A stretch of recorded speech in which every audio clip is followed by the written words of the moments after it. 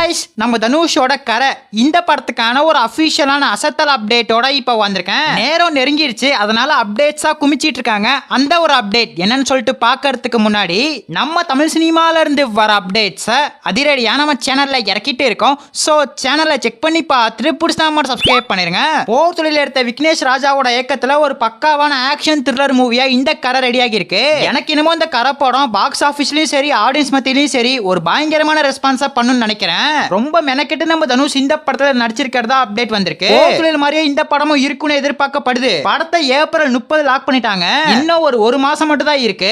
இனிமே படத்துக்கான அப்டேட்ஸ் டெய்லியும் அதிரடியா தர போறாங்க.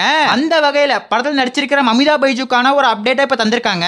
இவங்களோட கேரக்டர் போஸ்டர் இப்போ வந்திருக்கு. செல்லி அப்படிங்கிற ரோல்ல மமிதா பைஜு இந்த படத்துல வர போறாங்க. இவங்களோட எல்லா படங்களையும் ரொம்ப மாடர்னா வேற லெவல்ல வந்திருப்பாங்க. ஆனா இந்த கரை படத்துல ஒரு கிராமத்து பொண்ணு மாதிரி வர போறாங்க. அது மட்டும் இல்லாம உங்களுக்கு ஒரு வித்தியாசமான லுக்கும் படத்துல இருக்க போறதா அப்டேட் வந்திருக்கு. இந்த லுக்கையும் தாண்டி இன்னொரு லுக் இருக்கிறதா அப்டேட் வந்திருக்கு. அது என்னன்னு படத்தை பார்த்தா தான் தெரிய வரும். இன்னைக்கு ஈவினிங் 5 மணிக்கு கேஎஸ் ரவிக்குமாரோட போஸ்டரை இறக்கிருக்காங்க. இவரோட பேரு கந்தசாமி. சோ நாளைக்கு காலையிலயும் ஒரு போஸ்டரை தாறுமாறா இறக்க போறாங்க. நான் முன்னாடியே சொன்ன மாதிரி டேட் நெருங்கிருச்சு, அதனால அப்டேட்டை பேக் டு பேக் இறக்க போறாங்க. ரீசெண்டா தான் ஃபர்ஸ்ட் சிங்கிளா சூப்பரா இறக்கிருந்தாங்க. இந்த கரசாமி சாங்க கேட்க ஒரு பயங்கரமான எனர்ஜி வருது. அந்த அளவுக்கு ஜீவ் பிரகாஷ் மிரட்டி விட்டாரு. இந்த கரை படத்துக்கான ஆடியோ லான்ச் பத்தின ஒரு அப்டேட் இப்போ வந்திருக்கு. வர ஏப்ரல் 11 இந்த கரை படத்துக்கான இசை வெளியீட்டு விழா நடக்கும்னு அப்டேட் வந்திருக்கு.